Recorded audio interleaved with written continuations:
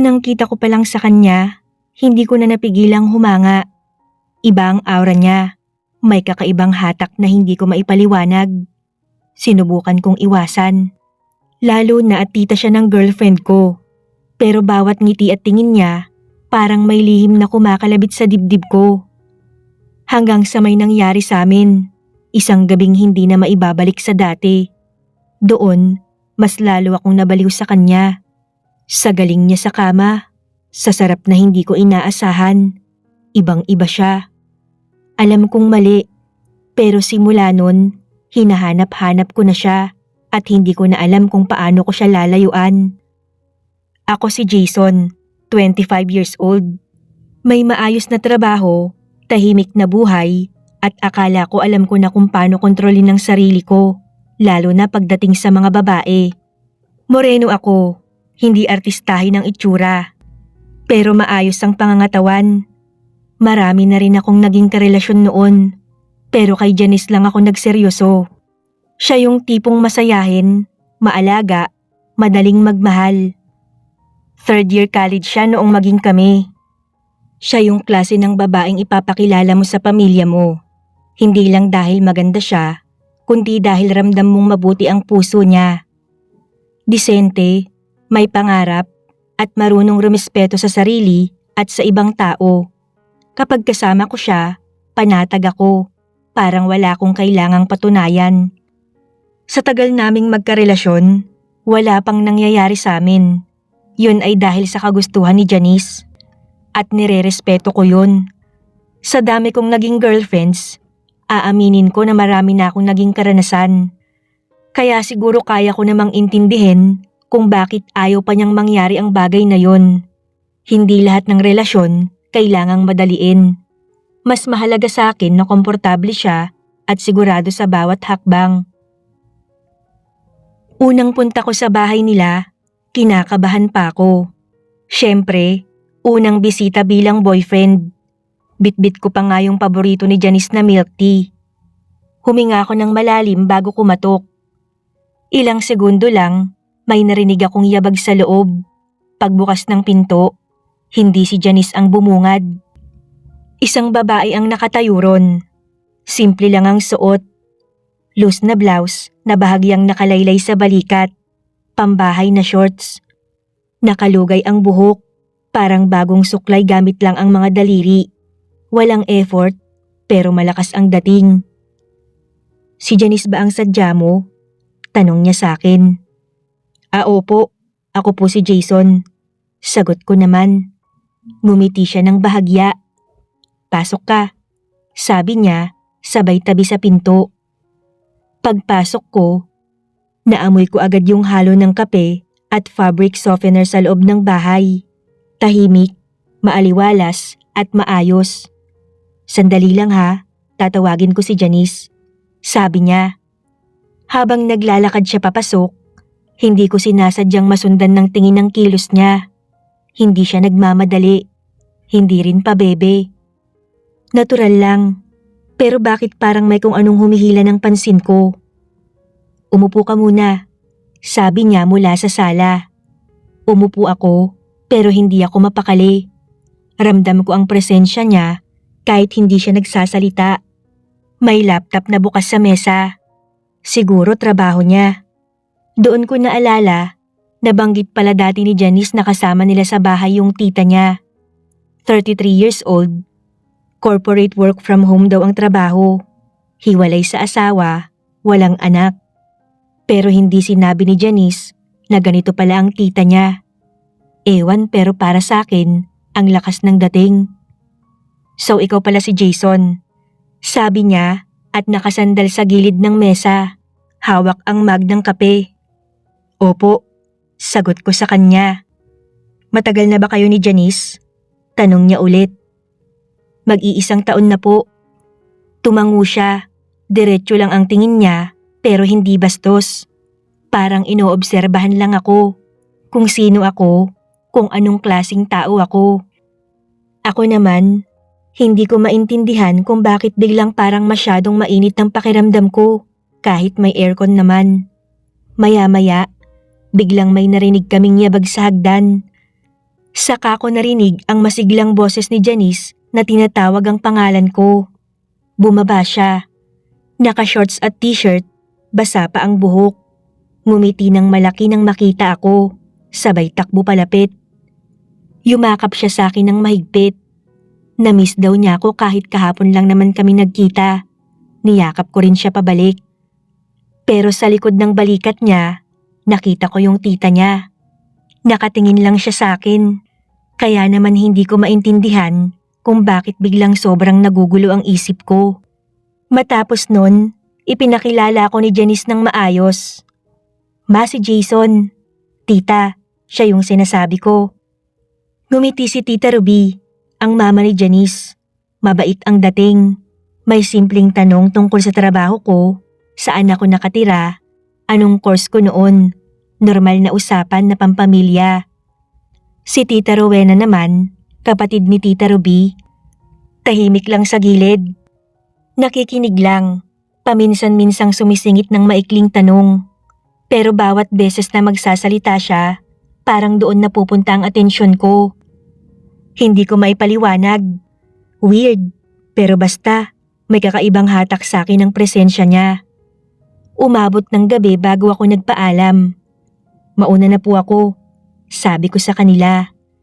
Tumayo ang mama ni Janice at saka niyakap ako. Isang simpleng goodbye hug. Ngumiti ako, nagpasalamat, tapos humarap ako kay Tita Rowena. Good night po, sabi ko sa kanya. Tumayo siya at hindi ko inaasahang yayakapin din niya ako. Saglit lang dapat yun. Isang magalang na paalam. Pero sa mismong sandaling yun, may nagbago sa loob ko. Ang bango niya, ang lambot ng katawan.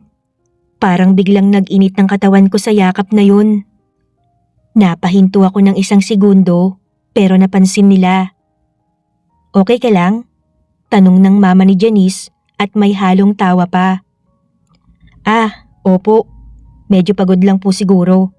Agad kong sagot at pilit bumawi. Pero nakita ko ang pagngiti ni Tita Rowena. Alam kong alam niya. Lumabas ako ng bahay nila na magulo ang isip. At habang nagdadrive ako pa uwi, walang ibang nasa isip ko kundi si Tita Rowena. Pag uwi ko ng gabing yon, paulit-ulit kong sinasabihan ng sarili ko. Malito, tita siya ni Janice. Pinilit kong ilagay sa isip ko na simpleng paghanga lang yun, na baka nadala lang ako ng presensya niya, na wala namang ibig sabihin ng mga tingin. Pero habang tumatagal, mas lalo siyang pumapasok sa isip ko. Sa trabaho, bigla ko nalang maaalala yung boses niya. Kalmado pero may lalim. Yung paraan ng pagngiti niya na parang may alam na hindi niya sinasabi. Kaya ginawa ko ang pinakalohikal na solusyon. Umiwas ako.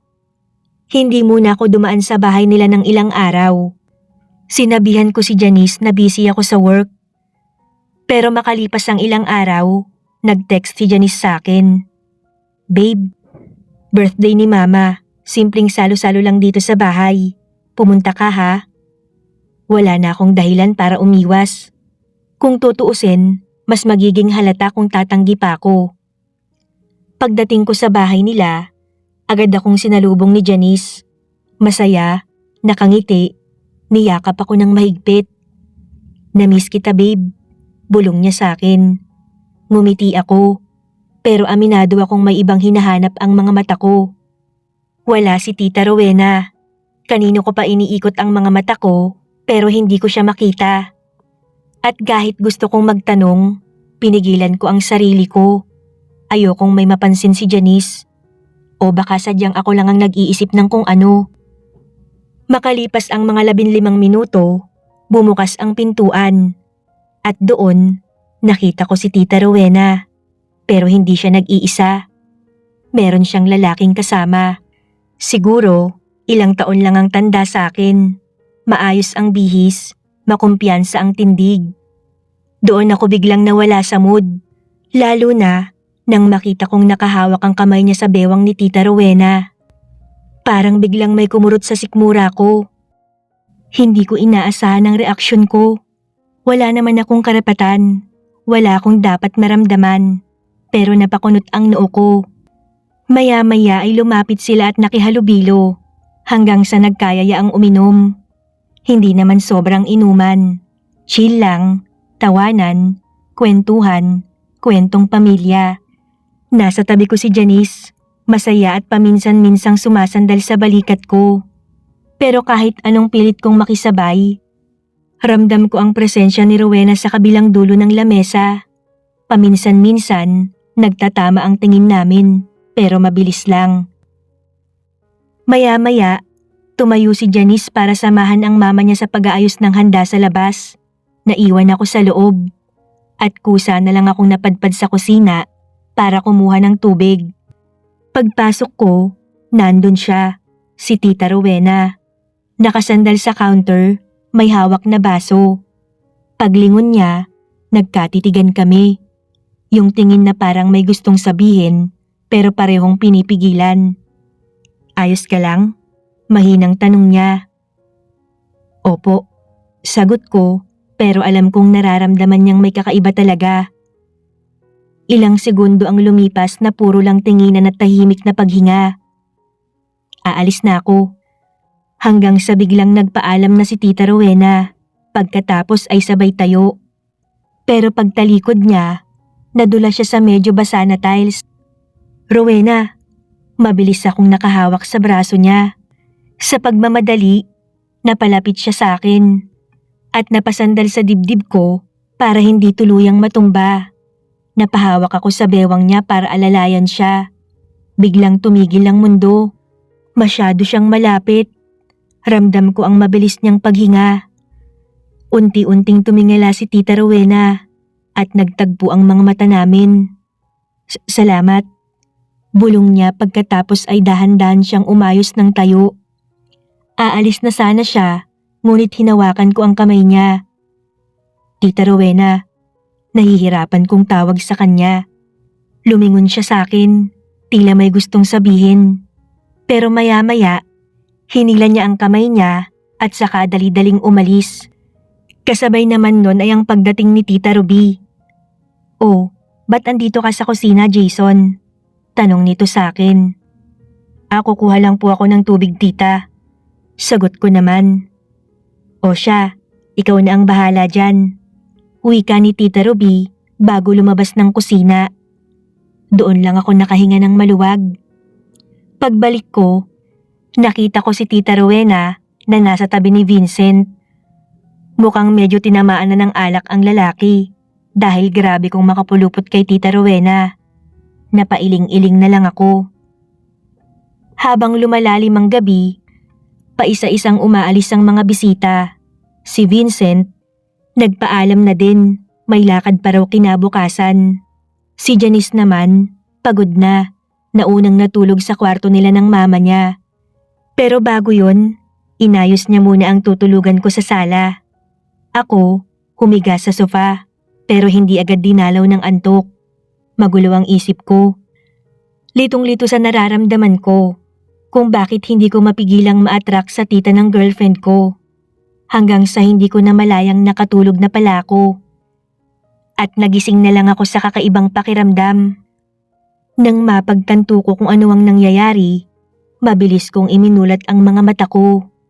Hindi ako makapaniwala sa nakikita. Nakaluhod siya sa sofa habang ginagawa ang bagay na yun sa akin. Tita Rowena, paus kong bulong. Jason, please, kailangan ko to. Nagsusumamo niyang wika. Dapat umatras ako. Dapat may sinabi akong tama. Pero sa halip, natalo ako ng tukso. At doon nangyari ang hindi dapat. Maya-maya, tumayo si Tita Rowena. Hinila niya ako papuntang kwarto niya.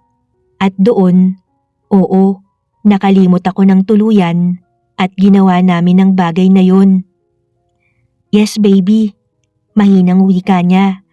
Sobrang nakaka-turn on ang boses ni Tita Rowena.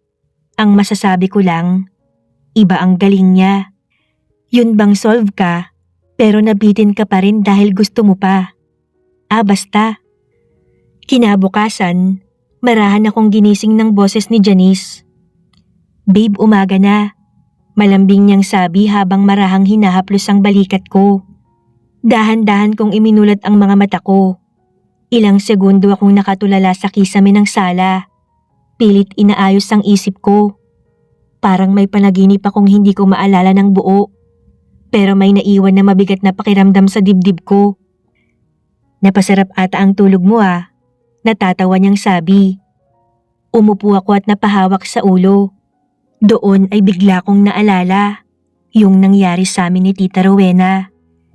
Bigla akong napalingon sa kusina at nandun siya, si Tita Rowena. Abala kunwari sa pagtimpla ng kape, pero nang magtagpo ang mga mata namin, agad din siyang umiwas. Pero sapat na yun para maintindihan ko na hindi pa naginip ang lahat. Okay ka lang? Tanong ni Janice na napansin siguro ang pananamlay ko. Oo babe, medyo puyat lang. Sagot ko habang pilit nang umiti.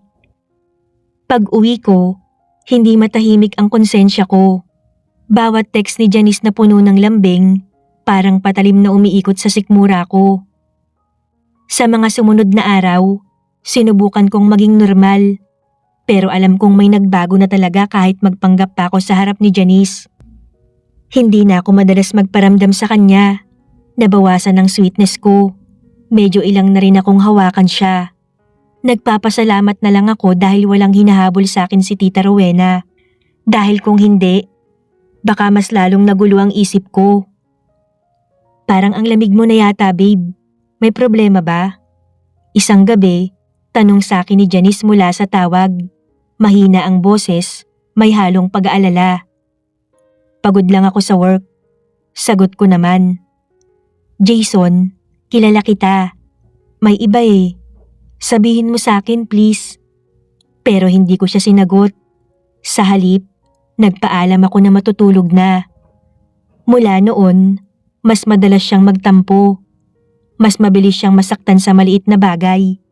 Isang oras akong hindi makareply, tampo.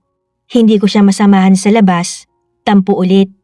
At bawat tampo niya, mas lalo akong nilalamon ng konsensya.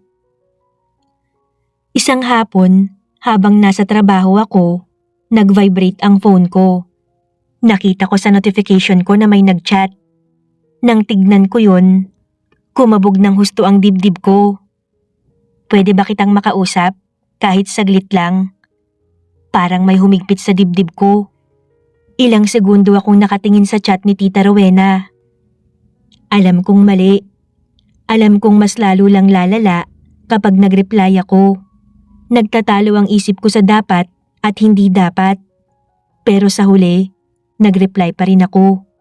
Pumayag ako sa gusto niya. Nagkita kami sa labas ng subdivision nila. Hindi sa mismong bahay. Tahimik lang siyang sumakay ng kotse ko. Habang nagdadrive ako, hindi ko na napigilang magsalita. Anong sasabihin mo? Tanong ko, diretso ang tingin sa kalsada. Ilang segundo siyang tahimik. Ramdam ko ang bigat ng hangin sa loob ng sasakyan. Namimiss kita Jason. Mahina niyang sabi. Kasabay nun, marahan kong naramdaman ang kamay niya sa hita ko. Para akong kinoryente. Napahigpit ang kapit ko sa manibela. Pero Rowena, natataranta ang boses ko. Hindi ko alam kung ano ang sasabihin sa oras na yon. Dahil sa totoo lang, nauna nang nag-react ang katawan ko. Sinubukan kong iwasan ka Jason. Pero hinahanap-hanap ka ng katawan ko. Kailangan kita. Nagsusumamo niyang wika. Mali ito Rowena. Mahina akong sambit, halos hindi lumalabas sa bibig ko. Please Jason, alam kong gusto mo rin. Sabay pisil sa hita ko at kita ko ang pagkadesperada sa mukha niya. Hindi na ako umimik at patuloy lang na nag-drive. Hanggang makalipas ang 20 minutos, hindi ko na malayan kung paano ako napaliko sa isang motel sa gilid ng highway. Parang kusa na lang gumalaw ang mga kamay at paa ko. At tama, bumigay na naman ako sa tukso. Hindi ako mapakali habang nag-check-in. Hawak ko ang kamay ni Rowena ng mahigpit. Pero hindi ko alam kung siya ba ang inaalalayan ko o ang sarili ko para hindi umurong. Pagpasok sa kwarto, ilang segundo kaming nakatayo lang malapit sa pinto. Rinig ko ang sariling tibok ng puso ko. Malakas, magulo. Parang may huling parte ng konsensya ko na sumisigaw na tumigil na. Last na to, mahina niyang sabi. Hindi malinaw kung sa akin ba niya sinasabi o sa sarili niya. Hindi ako nakasagot. Lumapit siya at tulad ng dati, nawala ang mga salitang mali at bawal. Napalitan ng init, ng halik, ng pananabik, ng pagtakas sa realidad. Kahit alam naming pareho na panandalian lang yun. Pagkatapos ng araw na yun, ang huli na ay naulit pa ng naulit. Hanggang sa naging routine na sa amin. Tuwing may pagkakataon, tuwing may pangangailangan ng katawan namin, nagkikita kami. Isang beses, habang magkatabi kaming nakahiga, hindi ko na napigilang itanong. Hindi ka ba nakokonsensya? Sa dami ng lalaki, ako pa na boyfriend ng pamangkin mo. Mahina akong sabi. Matagal siyang hindi sumagot, nakatingin lang sa kisame. Sobra, Jason. Araw-araw. Pero alam mo, hindi ko talaga mapigilan ang sarili ko. Bulong niya. Hindi na ako kumibo dahil sa totoo lang, pareho lang naman kami ng sitwasyon. Samantala, hindi ko naman naayos ang problema ko kay Janice. Pero sa kung anong dahilan, parang siya na lang ang umunawa sa akin. Mas naging mahinahon siya. Mas naging mapagpasensya na para bang nararamdaman niyang may pinagdadaanan ako kahit hindi ko sinasabi. Oo, andun yung guilt.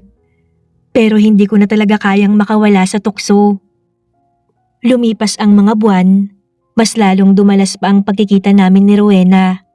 Imbis na magsawa ay parang lalo pa akong nalulung sa kanya. Hanggang isang araw, bigla siyang nagbago. Bigla na lang siyang hindi nagparamdam. Basta ayaw niya na lang. Kahit magpunta ko kila Janice para kunwari ay dalawin ang girlfriend ko, pero ang totoo ay siya ang gusto kong makausap. Iiwas lang siya sa akin at hindi ako papansinin. Ganun lang kadali para sa kanyang burahin ng lahat, na para bang walang nangyari sa amin ng ilang buwan. Noong una, sinabi ko sa sarili ko na ayos na yung ganun. Wala na akong sakit ng ulo, kusang naayos ang problema ko. Pero nang tumatagal, hindi ko mapigilan ang sarili na hanap-hanapin siya. Doon ko lang na-realize na hindi pala ganun kadaling putulin ng lahat. Hanggang sa tinry ko siyang kausapin isang beses sa chat. May nagawa ba akong mali? Tanong ko sa kanya. Matagal bago siya nag-reply. Wala. Nagsawa lang ako. Huwag ka nang magpumilit, Jason. Ayoko na. Ganoon lang. Wala nang ibang paliwanag. Kaya naman wala akong nagawa kundi tanggapin. Kahit na hindi malinaw sa akin kung bakit bigla na lang niyang pinutol ang lahat. Lumipas ang ilang buwan, sinubukan kong ibalik ang focus ko kay Janice. Bumawi ako sa kanya sa mga panahong naging malamig ako. Akala ko, unti-unti ko nang naililibing ang nakaraan. Hanggang isang hapon, habang magkasama kami ni Janice sa sala nila, tahimik lang, nanonood. Bigla siyang nag-mute ng TV at humarap sa akin. Parang may mabigat na sasabihin. Jason, may ikukwento ako, sabi ni Janice. Kinabahan ako bigla. Ano naman yun? Tanong ko sa kanya. Si Tita Rowena. Buntis siya. Parang may malamig na tubig na ibinuhos sa buong katawan ko. Hindi ako agad nakapagsalita. Ano? Sino ang ama? Maya-maya ay kunwaring tanong ko nang makabawi sa gulat. Umiling si Janice. Hindi sinabi ni Tita. Ayaw daw niyang pag-usapan. Pero ang hula ni Mama, baka si Vincent. Siya lang naman yung nakitang malapit sa kanya noon. Tumango lang ako. Kunwari ay nakikinig lang. Kunwari, walang ibig sabihin sa akin ang balitang yun. Pero sa loob-loob ko, parang may bumagsak na mabigat na bato. Dahil alam ko ang totoo, hindi si Vincent. Kaming dalawa lang ni Rowena ang nakakaalam kung sino talaga. Matapos kong malaman ang tungkol sa pagbubuntis, gumawa ako ng paraan para makausap si Rowena, once and for all. Isang hapon, dumaan ako sa kanila. Wala si Janice at sakto ring wala ang mama niya. Si Rowena lang ang nandun. Bakit ka nandito? Mahina pero malamig ang boses niya. Kailangan nating mag-usap, Rowena. Wala na siyang nagawa dahil desperado na ako. Sa sala kami naupo. Ilang segundo siyang tahimik, halatang umiiwas ang tingin. Rowena, hayaan mong panagutan ko. Alam kong ako ang ama. Huwag mo nang itanggi, hindi naman kita pababayaan. Agad na umiling si Rowena. Huwag, Jason. Huwag na huwag kang makikialam. Wala kang pananagutan dito. Madiin niyang sabi. Paano mong nasasabi yan? Hindi ko makapaniwalang tanong. Dahil ako ang may gusto nito. Desisyon ko to at ako ang haharap. Napahawak siya sa braso ko sandali. Pero hindi tulad ng dati na may pagnanasa, kundi nakikiusap. Ayaw kong magalit sa akin si Janice. Ayaw kong masira ako sa pamilya namin. Mahal ko ang pamangkin ko, Jason. Nanginginig niyang sabi. Nagkataon lang na mahina ako. Simula nang lokohin ako ng asawa ko, nagsimula akong maghanap ng kalinga sa iba't ibang lalaki. Akala ko makakatulong, pero panandalian lang ang saya. Pagkatapos nila akong gamitin, mas lalo lang bumabalik yung lungkot. Hanggang sa nakita ko kung gaano kasaya si Janice sa'yo. Doon ako na-attract. Sa totoo lang, naiinggit ako sa kanya. Gusto ko ring maramdaman yung may lalaking nag-aalaga, yung pinipili ka, yung minamahal ka. Pero hindi sa puntong aagawin kita sa kanya. Hindi ko planong saktan siya. Pero sabi ko nga, hindi ko talaga mapigilan ang sarili ko. Hindi ko maintindihan kung bakit ako ganito. Mali ako, Jason. Kasalanan ko to. Hindi mo dapat dalhin. Mas lalo akong nasaktan sa sinabi niya. Hindi pwedeng ganun lang, Rowena. Hindi kita kayang panooring mag-isa. Bulong ko, pero umatras siya. Mas makakatulong ka kung tatahimik ka na lang. Kalimutan mo na kung ano man yung mga nangyari sa atin. Yun lang at pinaalis niya na ako. Ilang beses ko pa siyang kinulit sa mga sumunod na linggo. Text, tawag, pakiusap na magkita kami ulit para pag-usapan. Pero pareho lang ang sagot niya. Please, Jason, tama na. Huwag mo na akong guluhin pa.